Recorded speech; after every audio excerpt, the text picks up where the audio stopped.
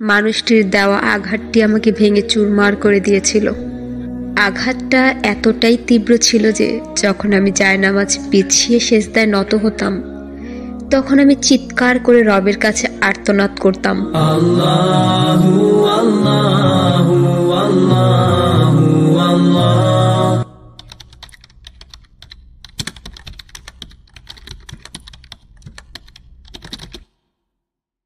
আঘাত যত গভীর হয়, সেজদা তত দীর্ঘ থেকে দীর্ঘতর হয়। আসসালামু আলাইকুম প্রিয় বোন ফাতেমা, অন্তরের গহীন থেকে ভালোবাসা গ্রহণ করুন। আপনাকে আমি আল্লাহর জন্য এতটাই ভালোবাসি যে আমি আমার বাক্যে কখনোই প্রকাশ করতে পারবো না। জীবনে একটি দিন হলে আমি আপনার সাথে দেখা করতে চাই। আমি ফারজান আক্তার, এক ভীষণ ভাগ্যবতী নারী। কেননা আজ হাজার জনের কাছে আমি আমার গল্প বলতে পারছি। সত্যি এটা আমার জন্য অনেক বেশি সৌভাগ্যের।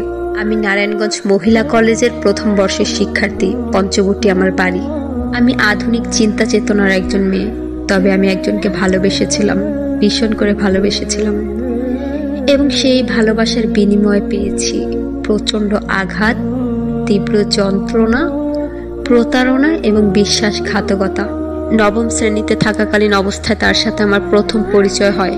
কোচিংয়ে যাওয়ার সময় সে প্রতিদিন আমার পিছু নিত এবং একদিন আমার বান্ধবীর হাতে একটি চিঠি প্রেরণ করে। সে ছিল আমাদের এলাকার একটি কলেজের ম্যানেজমেন্ট ডিপার্টমেন্টের অনার্স দ্বিতীয় বর্ষের শিক্ষার্থী। দেখতে সে দারুণ ছিল। আল্লাহ তাআলা তাকে নিজ হাতে তৈরি করেছিলেন। যে কোনো মেয়ে তার জন্য পাগল হয়ে যাবে, এরকম একজন সুদর্শন পুরুষ ছিলেন। তিনি যখন আমার পিছু নিতেন আমার অনেকটাই ভালো লাগতো, কেননা মনে মনে আমিও তাকে পছন্দ করে ফেলেছিলাম। তার উপর সে আমার বান্ধবীর হাতে পাঠিয়েছিল একটি চিঠি। সুতরাং আমি যথেষ্ট আনন্দিত ছিলাম এবং চিঠিতে লেখা ছিল, সেদিন হলুদ ড্রেসটাতে তোমাকে বেশ মানিয়েছে। ডানে বামে আকাশে বাতাসে চতুর্দিকে শুধু আমি তোমাকেই দেখতে পাচ্ছি। আমার রাতের ঘুম তুমি কেড়ে নিয়েছো। নিশ্চয়ই মহান রব তোমাকে নিখুঁতভাবে সৃষ্টি করেছেন। তোমাকে আমি আমার মায়ের ছেলের বউ করতে চাই। এতে তোমার কোনো আপত্তি রয়েছে কি? ছোট ছিলাম তো, ট্রাস্ট মি, এত সুন্দর ফ্ল্যাটিং স্টাইল দেখে তখনই আমি ফিদা হয়ে গিয়েছিলাম। তার উপর সে ছিল সুদর্শন। তখন আমি চিঠির প্রতি উত্তর হিসেবে লিখে দিয়েছিলাম, রাস্তাঘাটে কোনো মেয়েকে এভাবে উত্ত্যক্ত করা কোনো ভালো ছেলের কাজ নয়। আপনার কি বাড়িতে মা বোন নেই? I exactly remember the day. তার পরের দিনেই ঠিক সে আমার রাস্তা রোধ করে সে আমাকে বলছে, বাড়িতে মাও রয়েছে, বোনও রয়েছে, তবে স্ত্রীর সন্ধানে রয়েছি। ছোট বোন জোরাজোরি করেছে যে তার ভাবির প্রয়োজন, এবং মাও জোরাজোরি করেছে যে তার লাল টুকটুকে পরীর মতো একজন ছেলের বউ দরকার। তারপর পকেট থেকে একটি গোলাপ আমার দিকে এগিয়ে নিয়ে বলছে, would you like to be my wife? আপনি কি রাজি আছেন এই হাতটা ধরার জন্য? তার প্রস্তাবনাটি যথেষ্ট ইমপ্রেসিভ ছিল এবং আমি তাৎক্ষণিক রাজি হয়ে যাই এবং গোলাপটি নিয়ে দৌড় দিয়ে পালিয়ে যাই সেখান থেকে। তারপর থেকে প্রতিদিন তার সাথে বাবার ফোন দিয়ে চ্যাটিং করতাম, সারা রাত কথা বলতাম এবং মাঝে মাঝে প্রায়শই আমরা ঘুরতে যেতাম। অকপটেই বলছি, প্রায়শই তার সাথে ক্লাস ফাঁকি দিয়ে দেখা করতাম এবং আমরা ঘুরতে যেতাম। এই নিষ্পাপ দুটি চোখ তাকে নিয়ে স্বপ্ন বেঁধেছিল। এই নিষ্পাপ দুটি চোখ তাকে নিয়ে স্বপ্ন দেখত, এক বিশাল সংসার গড়ার স্বপ্ন দেখত। বিশ্বাস করুন, সে এতটাই মিষ্টভাষী যে যুগের পর যুগ তার সাথে পার করে দেওয়া সম্ভব। তার দিকে তাকালেই মনে হতো, it's really end of my life. এতটা সুদর্শন পুরুষ আমি আগে কখনো দেখিনি, এবং সব থেকে বিস্ময়কর বিষয় হচ্ছে এই সুদর্শন পুরুষটি আমার জন্য পাগল, আমার মায়ায় আসক্ত। আর কি বা প্রয়োজন জীবনে? এতটুকুই তো চেয়েছিলাম, এতটুকুই তো যথেষ্ট।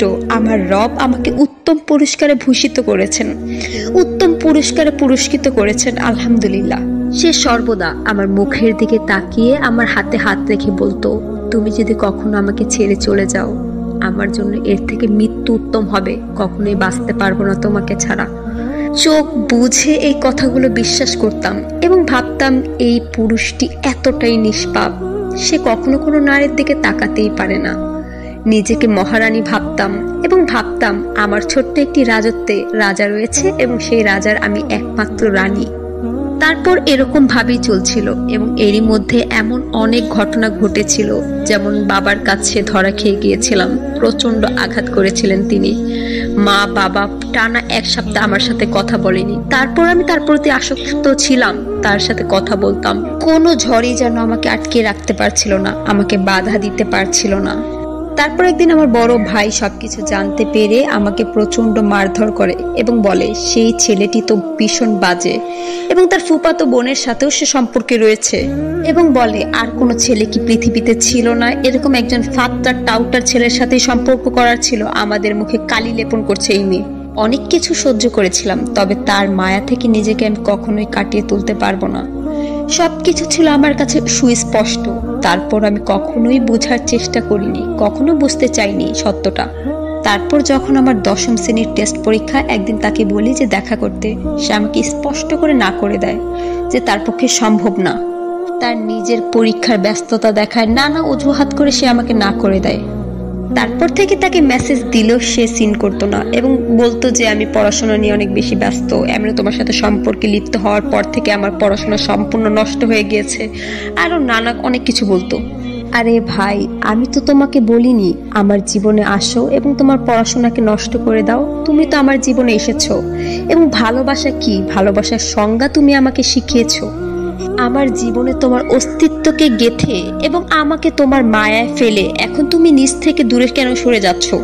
তারপর সে আমাকে বলে, দেখো বোন, তোমাকে আমি আর চাই না, আমি এই সম্পর্ক আর কন্টিনিউ করতে পারছি না, আমার পড়াশোনা হ্যাম্পার হচ্ছে, তার উপরে তোমার পরিবার আমাকে পছন্দ করে না, আর হয়তো আমার বাবা মাও আমার এখন বিয়ে করাবে না, সুতরাং তুমি তোমার পড়াশোনায় ফোকাস করো এবং তোমার জন্য এর থেকে ভালো পাত্র রয়েছে, তুমি আমার থেকে ভালো পাত্র পাবে, তোমার জন্য সর্বদা দোয়া রইল। কথাগুলো শোনার পর আমার কণ্ঠ সম্পূর্ণ নিস্তব্ধ হয়ে যায় এবং নড়বড়ে কণ্ঠে তাকে বলি, কি বলছো জাতা, হয়তো তুমি পাগলামো করছো, আমার কি কোনো ভুল হয়েছে? সে বলছে, আমারই ভুল হয়েছে তোমার মতো একজন মেয়ের সাথে সম্পর্ক করার, আমার পড়াশোনা সম্পূর্ণ ধ্বংস হয়ে গিয়েছে, আমাকে ক্ষমা করো এবং ভুলে যাও এবং নিজের জীবনে এগিয়ে যাও। ব্যাস, সম্পর্কটি এখানেই শেষ হয়ে যায়। হারাম সম্পর্কের পরিণতি এরকমটাই হয়। তারপর আমি হাজারভাবে নানা উপায় তার সাথে যোগাযোগ করার চেষ্টা করেছিলাম, কিন্তু কিছুতেই কোনোভাবে তার সাথে কোনো যোগাযোগ করতে পারিনি। সে রাখার চেষ্টা করেনি অথবা সে রাখার কোনো উপায় রাখিনি। পরিবর্তিত হয়ে গিয়েছে তার মন, পরিবর্তন ঘটেছে তার, এতটাই পরিবর্তন। তার কথাগুলো কি সব মিথ্যে? এ যেন আমার কাছে সবকিছু অস্পষ্ট মনে হচ্ছিল, তবে সবকিছু স্পষ্ট। এ যেন আমার কাছে এক দুঃস্বপ্ন, তারপরে এগুলো বাস্তব ছিল। তিনি আমার অভ্যাসে পরিণত হয়ে গিয়েছিলেন, যেই অভ্যাস আমার পক্ষে কাটানো সম্ভব নয়।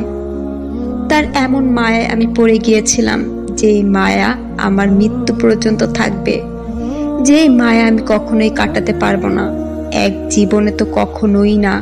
তারপর হঠাৎ একদিন ফোন স্ক্রল করতে করতে সিক্রেট মেসেজ অপশনে গিয়ে দেখি যে একটি মেয়ে 4 মাস আগে মেসেজ দিয়েছিল যে আবিরের সাথে তোমার কি সম্পর্ক। তার সাথে সম্পর্কটা এতই গভীর হয়ে গিয়েছিল যে চারদিকে কোনো কিছু আমি দেখতে পেতাম না, সবকিছু আমার কাছে অন্ধকার এবং সে একমাত্র আমার কাছে আলো ছিল। তারপর সেই মেয়েটির সাথে কথা বলে দেখলাম সে তার প্রাক্তন ছিল এবং তাকে সে গভীর আঘাত করে, প্রতারণা করে, বিশ্বাসঘাতকতা করে তাকে ছেড়ে দিয়েছিল। এটা শুনে আমার পায়ের নিচ থেকে মাটি সরে যায় যে আমিও তার একজন ভিকটিম ছিলাম, অন্য কিছু না, কোনো ভালোবাসা এখানে বিদ্যমান ছিল না। তারপরেও আমি বারবার তার কাছে গিয়েছিলাম, কেন সে আমার অভ্যাসে পরিণত হয়েছিল, তবে প্রতিবারই প্রত্যাঘাত পেয়েছি, প্রতিবারই প্রচন্ড ব্যথা নিয়ে ফিরে আসতে হয়েছিল। তারপর বুঝে নিলাম মানুষের পিছে ছুটে লাভ নেই, সে কখনোই ফিরবে না, সে কখনোই ফেরার নয়, সে কখনোই আমার জীবনে দ্বিতীয়বার আসবে না। এটা মেনে নেওয়ার থেকে মৃত্যু আমার জন্য সহজ ছিল, কিন্তু মেনে নিতে হবে, কিছু করার ছিল না। মৃত্যু নামক অপশনটা আমার মতো ভীতুদের জন্য নয়। তারপর হঠাৎ একদিন ইউটিউব চ্যানেলে ফাতেমা এডুকেশন টিউটোরিয়াল থেকে ফাতেমা আপুর মোটিভেশনাল একাকিত্ব নিয়ে একটি ভিডিও আসে এবং সেই ভিডিওটা আমি সম্পূর্ণ শুনি এবং এত পরিমাণ আত্মচিৎকার করি, কান্না করে ভাসিয়ে ফেলি। আমি সেদিন 8 ঘন্টা কান্না করেছিলাম, চিৎকার করে বিলাপ করে কান্না করেছিলাম। তারপর একদিন ফাতেমা আপুর সাথে সরাসরি ফোন কলে কথাও বলেছিলাম। আপু আমাকে অনেক বেশি অনুপ্রেরণা জুগিয়েছিলেন। তারপর থেকে আমি রোজ 5 ওয়াক্ত নামাজ পড়তাম, পাশাপাশি তাহাজ্জুদের সেজদায় যে নিয়েও জায়নামাজটি কান্নায় ভিজিয়ে ফেলতাম। রবের কাছে চিৎকার করে বলতাম, রব আপনি তাকে ফিরিয়ে দিন, তাকে আমার কাছে এনে দিন। বন্ধু বান্ধব, বাবা মা, ভাই বোন কেউ ছিলেন না, কেউ ছিলেন না আমাকে সান্ত্বনা দেওয়ার মতো, একমাত্র আমার রব। তিনি তাহাজ্জুদের সেজদায় আমাকে সান্ত্বনা প্রেরণ করতেন এবং অন্যান্য সময় বিভিন্ন ভিডিও আমার সামনে চলে আসতো অনুপ্রেরণামূলক, এবং ফাতেমা আপু এর মধ্যে অন্যতম। তিনি আমার সর্বাপেক্ষা শ্রেষ্ঠ একজন বন্ধু, বড় বোন। তার অনুপ্রেরণামূলক কথাগুলো শুনলে আমি এক বুক স্বস্তির নিঃশ্বাস ফেলতাম এবং এই ভরসা সর্বদা রাখতাম যে আমার রব একদিন না একদিন আমার অবস্থার পরিবর্তন করবেন ইনশাআল্লাহ।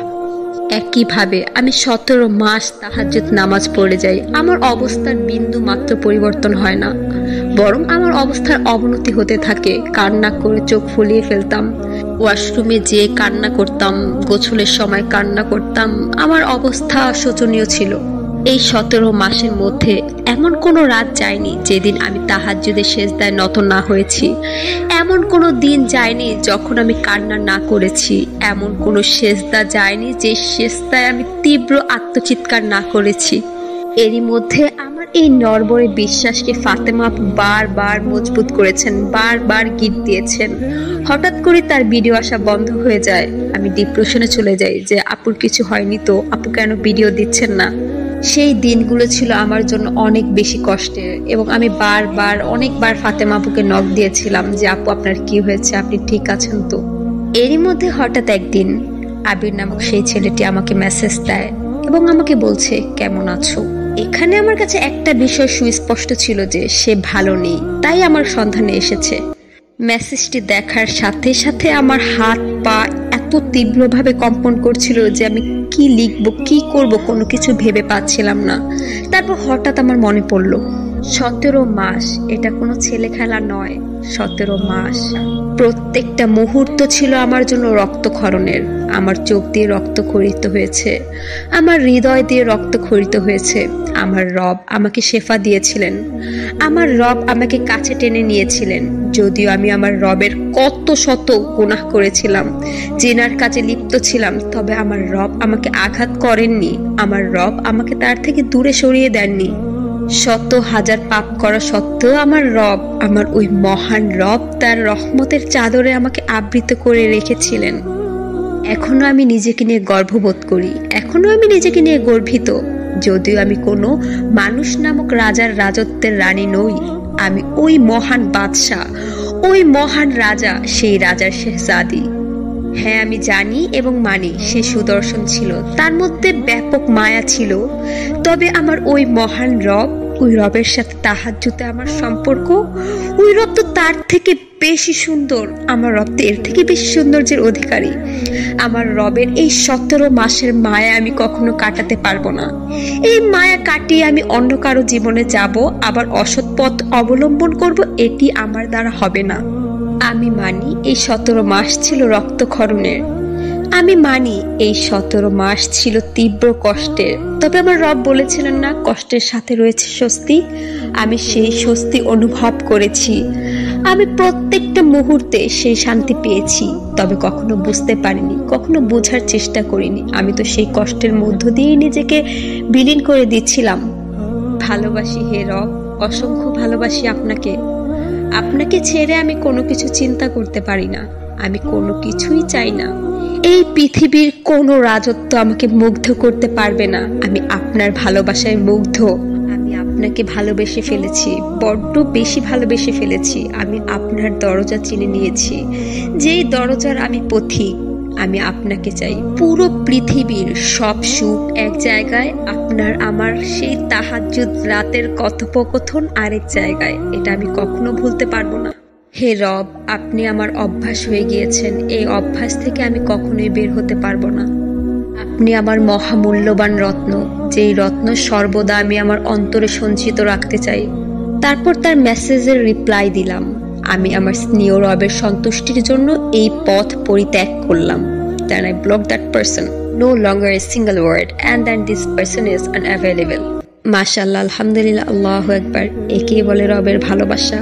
যার অন্তরে এই ভালোবাসা পৌঁছেছে, যার অন্তরে একবার রবের নূর পৌঁছে যায়, সে কখনোই ভুল পথ অবলম্বন করতে পারে না। যার উৎকৃষ্ট উদাহরণ আমাদের এই বোন। মাশাআল্লাহ। ইনশাআল্লাহ বোন আমার, আমাদের খুব শীঘ্রই দেখা হবে। ততক্ষণ পর্যন্ত ভালো থাকবেন, সুস্থ থাকবেন এবং আপনার জন্য দোয়া রইল মন থেকে। আপনার রব যেন আপনাকে সর্বদা এরকম ভালোবাসা এবং রহমতের চাদরে আবৃত করে রাখেন, আমিন। এবং আপনার মতো একজন আল্লাহ বিরু বোন পেয়ে ফাতেমা এডুকেশন টিউটোরিয়াল পরিবার সত্যিই গর্বিত। As I look to nature's beauty, dazzle them I, knowing everything goes on. মানুষটির দেওয়া আঘাতটি আমাকে ভেঙে চুরমার করে দিয়েছিল। আঘাতটা এতটাই তীব্র ছিল যে যখন আমি জায়নামাজ বিছিয়ে সেজদায় নত হতাম, তখন আমি চিৎকার করে রবের কাছে আর্তনাদ করতাম, Allahu, Allahu, Allahu, Allah.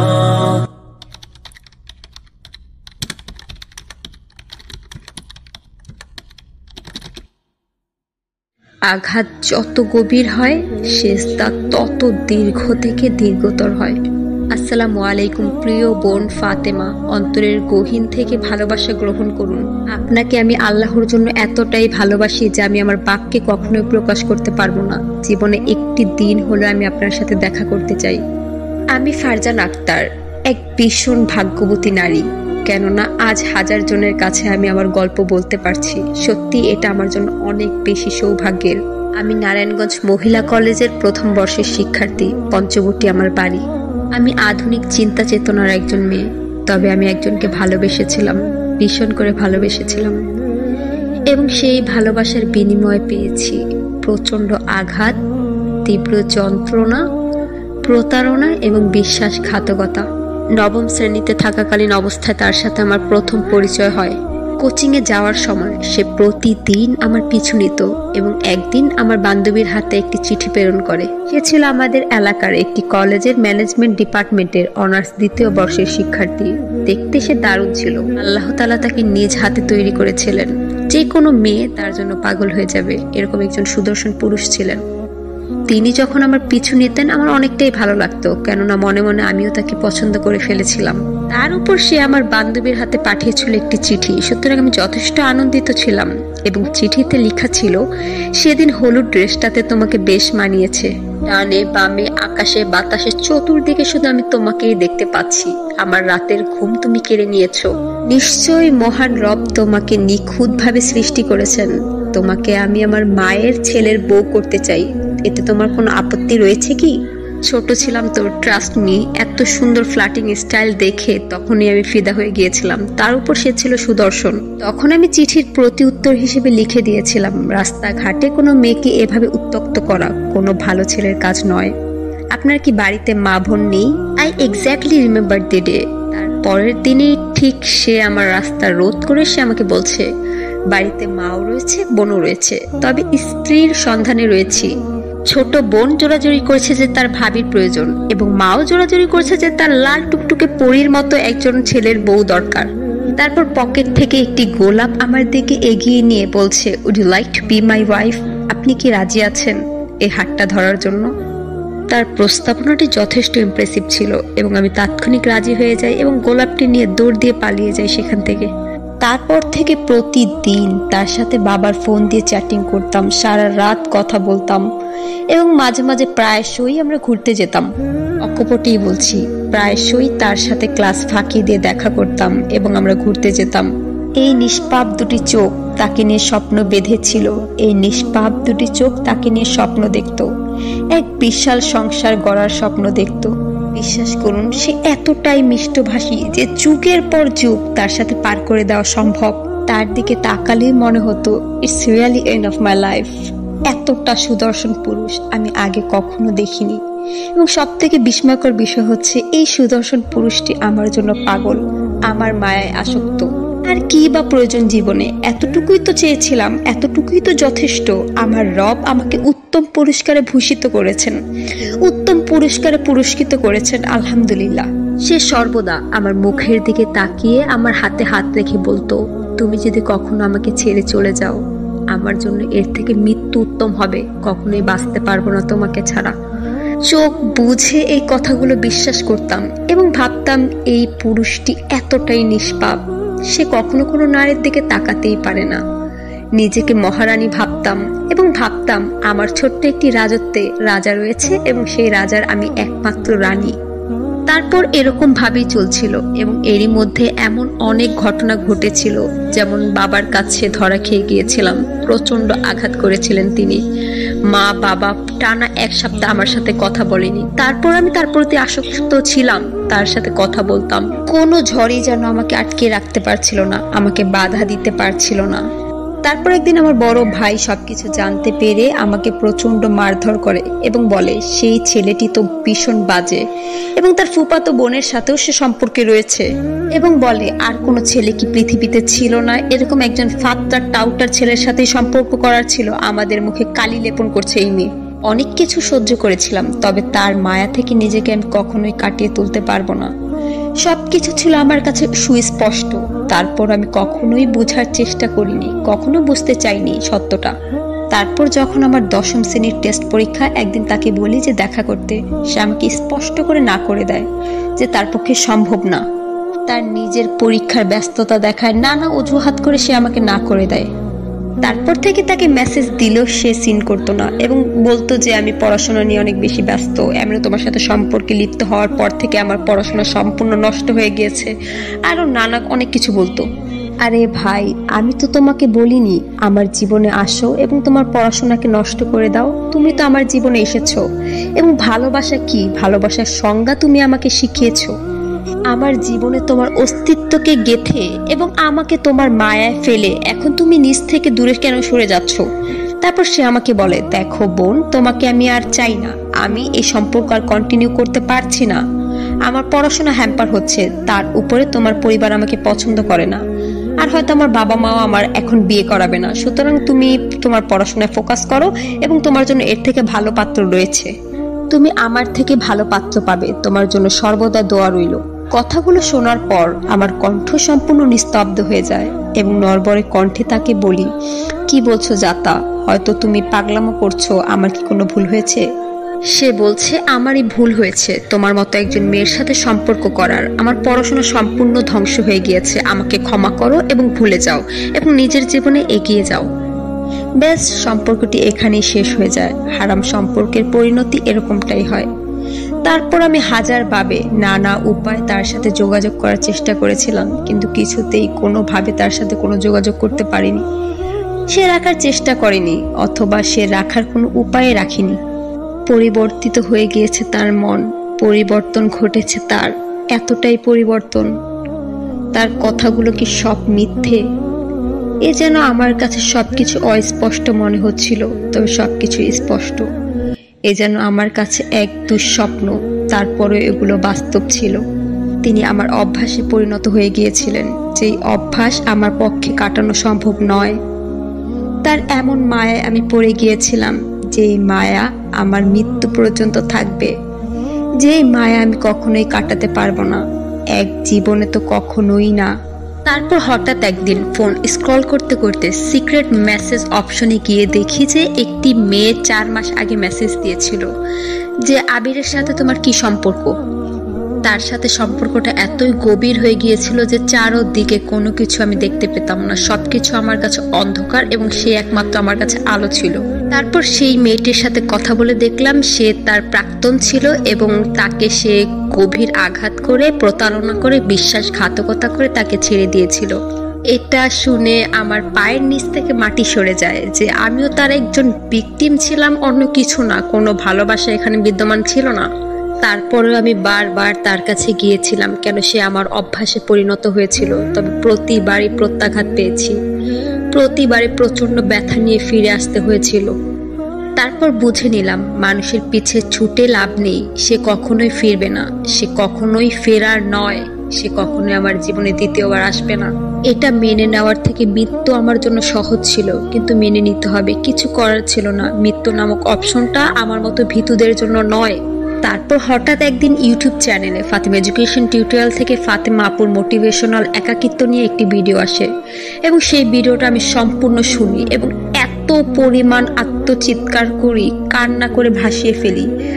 আমি সেদিন 8 ঘন্টা কান্না করেছিলাম, চিৎকার করে বিলাপ করে কান্না করেছিলাম। তারপর একদিন ফাতেমা আপুর সাথে সরাসরি ফোন কলে কথাও বলেছিলাম। আপু আমাকে অনেক বেশি অনুপ্রেরণা জুগিয়েছিলেন। তারপর থেকে আমি রোজ 5 ওয়াক্ত নামাজ পড়তাম, পাশাপাশি তাহাজ্জুদের সেজদায় যে নিয়ে জায়নামাজটি কান্নায় ভিজিয়ে ফেলতাম। রবের কাছে চিৎকার করে বলতাম, রব আপনি তাকে ফিরিয়ে দিন, তাকে আমার কাছে এনে দিন। বন্ধু বান্ধব, বাবা মা ভাই বোন কেউ ছিলেন না আমাকে সান্ত্বনা দেওয়ার মতো। একমাত্র আমার রব, তিনি তাহাজ্জুদের সেজদায় আমাকে সান্ত্বনা প্রেরণ করতেন। এবং অন্যান্য সময় বিভিন্ন ভিডিও আমার সামনে চলে আসতো অনুপ্রেরণামূলক, এবং ফাতেমা আপু এর মধ্যে অন্যতম। তিনি আমার সর্বাপেক্ষা শ্রেষ্ঠ একজন বন্ধু, বড় বোন। তার অনুপ্রেরণামূলক কথাগুলো শুনলে আমি এক বুক স্বস্তির নিঃশ্বাস ফেলতাম এবং এই ভরসা সর্বদা রাখতাম যে আমার রব একদিন না একদিন আমার অবস্থার পরিবর্তন করবেন ইনশাআল্লাহ।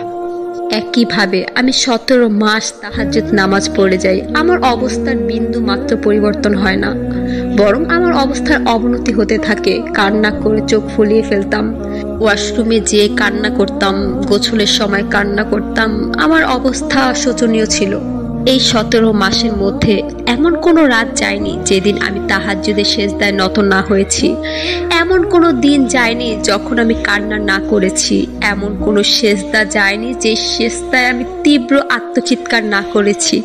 এরই মধ্যে আমার এই নড়বড়ে বিশ্বাসকে ফাতেমা আপু বারবার মজবুত করেছেন, বারবার গিট দিয়েছেন। হঠাৎ করে তার ভিডিও আসা বন্ধ হয়ে যায়। আমি ডিপ্রেশনে চলে যাই যে আপুর কিছু হয়নি তো, আপু কেন ভিডিও দিচ্ছেন না। সেই দিনগুলো ছিল আমার জন্য অনেক বেশি কষ্টের এবং আমি অনেকবার ফাতেমা আপুকে নক দিয়েছিলাম যে আপু আপনার কি হয়েছে, আপনি ঠিক আছেন তো। এরই মধ্যে হঠাৎ একদিন আবির নামক সেই ছেলেটি আমাকে মেসেজ দেয় এবং আমাকে বলছে কেমন আছো। এখানে আমার কাছে একটা বিষয় সুস্পষ্ট ছিল যে সে ভালো নেই, তাই আমার সন্ধানে এসেছে।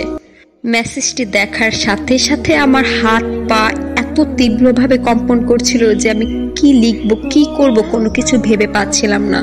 তারপর হঠাৎ আমার মনে পড়লো 17 মাস এটা কোনো ছেলে খেলা নয়। 17 মাস, প্রত্যেকটা মুহূর্ত ছিল আমার জন্য রক্তক্ষরণের। আমার চোখ দিয়ে রক্ত খরিত হয়েছে, আমার হৃদয় দিয়ে রক্ত খরিত হয়েছে। আমার রব আমাকে শেফা দিয়েছিলেন, আমার রব আমাকে কাছে টেনে নিয়েছিলেন। যদিও আমি আমার রবের কত শত গুনাহ করেছিলাম, জেনার কাজে লিপ্ত ছিলাম, তবে আমার রব আমাকে আঘাত করেননি। আমার রব আমাকে তার থেকে দূরে সরিয়ে দেননি। 100,000 পাপ করা সত্ত্বেও আমার রব, আমার ওই মহান রব তার রহমতের চাদরে আমাকে আবৃত করে রেখেছিলেন। এখনো আমি নিজেকে নিয়ে গর্ববোধ করি, এখনো আমি নিজেকে নিয়ে গর্বিত। যদিও আমি কোনো মানুষ নামক রাজার রাজত্বের রানী নই, আমি ওই মহান বাদশাহ, ওই মহান রাজা, সেই রাজার শেহজাদি।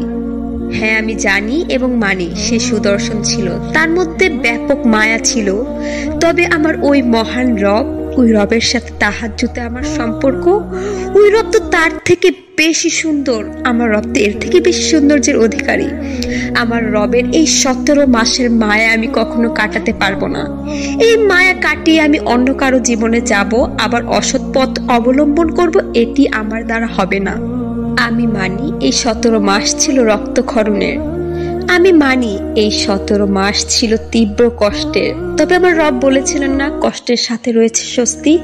আমি সেই স্বস্তি অনুভব করেছি, আমি প্রত্যেকটা মুহূর্তে সেই শান্তি পেয়েছি। তবে কখনো বুঝতে পারিনি, কখনো বোঝার চেষ্টা করিনি। আমি তো সেই কষ্টের মধ্য দিয়ে নিজেকে বিলীন করে দিচ্ছিলাম। ভালোবাসি হে রব, অসংখ্য ভালোবাসি আপনাকে। আপনাকে ছেড়ে আমি কোনো কিছু চিন্তা করতে পারি না, আমি কোনো কিছুই চাই না। এই পৃথিবীর কোনো রাজত্ব আমাকে মুগ্ধ করতে পারবে না। আমি আপনার ভালোবাসায় মুগ্ধ। আমি আপনাকে ভালোবেসে ফেলেছি, বড্ড বেশি ভালোবেসে ফেলেছি। আমি আপনার দরজা চিনে নিয়েছি, যেই দরজার আমি পথিক। আমি আপনাকে চাই। পুরো পৃথিবীর সব সুখ এক জায়গায়, আপনার আমার সেই তাহাজ্জুদ রাতের কথোপকথন আরেক জায়গায়। এটা আমি কখনো ভুলতে পারবো না। হে রব, আপনি আমার অভ্যাস হয়ে গিয়েছেন, এই অভ্যাস থেকে আমি কখনোই বের হতে পারবো না। আপনি আমার মহামূল্যবান রত্ন, যেই রত্ন সর্বদা আমি আমার অন্তরে সঞ্চিত রাখতে চাই। তারপর তার মেসেজের রিপ্লাই দিলাম, আমি আমার স্নেহ রবের সন্তুষ্টির জন্য এই পথ পরিত্যাগ করলাম। Then I blocked that person. No longer a single word, and then this person is unavailable. মাশাআল্লাহ, আলহামদুলিল্লাহ, আল্লাহু আকবার। একেই বলে রবের ভালোবাসা। যার অন্তরে এই ভালোবাসা পৌঁছেছে, যার অন্তরে একবার রবের নূর পৌঁছে যায়, সে কখনোই ভুল পথ অবলম্বন করতে পারে না। যার উৎকৃষ্ট উদাহরণ আমাদের এই বোন। মাশাআল্লাহ। ইনশাআল্লাহ বোন আমার, আমাদের খুব শীঘ্রই দেখা হবে। ততক্ষণ পর্যন্ত ভালো থাকবেন, সুস্থ থাকবেন, এবং আপনার জন্য দোয়া রইল মন থেকে। আপনার রব যেন আপনাকে সর্বদা এরকম ভালোবাসা এবং রহমতের চাদরে আবৃত করে রাখেন। আমিন। এবং আপনার মতো একজন আল্লাহ বিরু বোন পেয়ে ফাতেমা এডুকেশন টিউটোরিয়াল পরিবার সত্যিই গর্বিত। As I look to nature's beauty, dazzled am I, knowing everything comes